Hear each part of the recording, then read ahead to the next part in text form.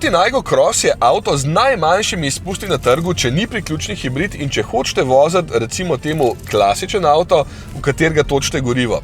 Seveda je tudi ta hibrid v bistvu prvič sploh v tem razredu malčkov in je že samo zato poseben, ga pa vse ni treba polniti, ker se sam polni med vožnjo. Ampak Aygo X oziroma Aygo Cross je poseben tudi zaradi vseh drugih lastnosti. Poudarjam, da je Cross zaradi tega, ker mu Toyota pravi urbani križanec, čeprav ni posebej visok ali pa ne vem koliko daljen od tal. Vse pa seveda sedi višje, da imaš boljši pregled nad pločniki v mestu. Včasih je bil Aygo takšen malček, danes je pa takšen in očitno je bil med Evropejci zelo priljubljen, ker je dosegel kar 20% tržni delež med malčki. Je pa res, da ta segment počasi pada. V Evropi imamo rajši majčkeno večje avte.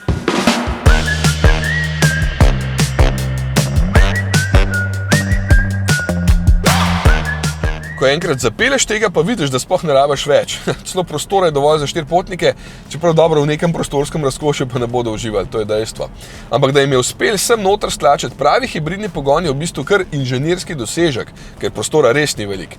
Je pa to prinesel toliko enih izboljšav, da se niti misliti ne moreš. Najprej vožnja. Itak, avto je tako prijetno lahkoten za vožnjo, predvsem pa odziven, da ti že samo zaradi tega priraste k srcu. Tudi moči je zdaj seveda več, ker 44 konjev več je, pri toliko majhnem avtu se pa to še kako pozna. Po zaslugi platforme, ki jo v malo daljši obliki recimo uporablja tudi Yaris, je težišče nizko, zato se zelo dobro znajde v ovinkih, ampak izboljšave so bile narejene povsod. Na vzmetenju, krmilnem mehanizmu in seveda zavorah, zdaj so povsod diski. Je pa zanimivo, kako so naredili izboljšave še pri zvočni izolaciji. Tukaj pri armaturki je baje kup nekih dušilnikov, pod pokrovom motorja in na dnu vozila. Izboljšan je tudi izpušni sistem. Pri boljših paketih opreme so pa še šipe majčkeno debelejše.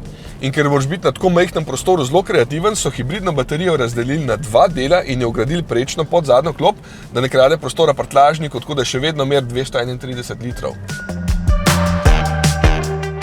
Notranjost ni bistveno drugačna, ima pa zdaj tukaj večji, 7-palčni zaslon za merilnike, plus tole je novo za prezračevanje, še vedno so tukaj gumbi, zato je enostavno za upravljanje.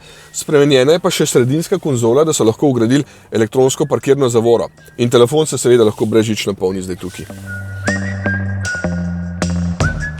Motor je namesto droben litrski zdaj kar konkreten 1,5 litrski, zato so Aygo Cross spredaj za 76 mm podaljšali, poleg prostora pa s tem ustvarjali tudi majčkeno bolj resno podobo. 116 konjev zdaj ponuja sistem, to je 85 kW, če komu to lažje primerjati. Da je z njim res poskočen, pove pospešek do 100 v 9,2 sekunde, kar ni slabo za takšen mestni malček. Govorim, da je mali, 3,77 metra je dolg zdaj in čeprav je 140 kg težji od svojega predhodnika, ima za kar 4 cm nižje težišče in vse to se pač pozna med vožnjo. Če želite še malo več, je pa ponovno možno izbrati tudi paket GR Sport, ki ni samo izgled, ampak so tudi dejansko drugačne stavili podvozje in krmiljenje za dirkanje po mestnih ulicah.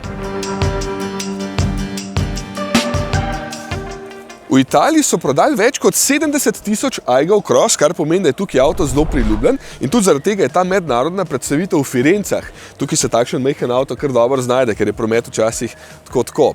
Še bolj pa sem bil včeraj zvečer presenečen na novinarski konferenci, ko sem zvedel, da leta 2005, ko je pripeljal na ceste prvi Aygo, Google predstavil Mapse in takrat je tudi nastal YouTube. Kaj se reže, toliko star.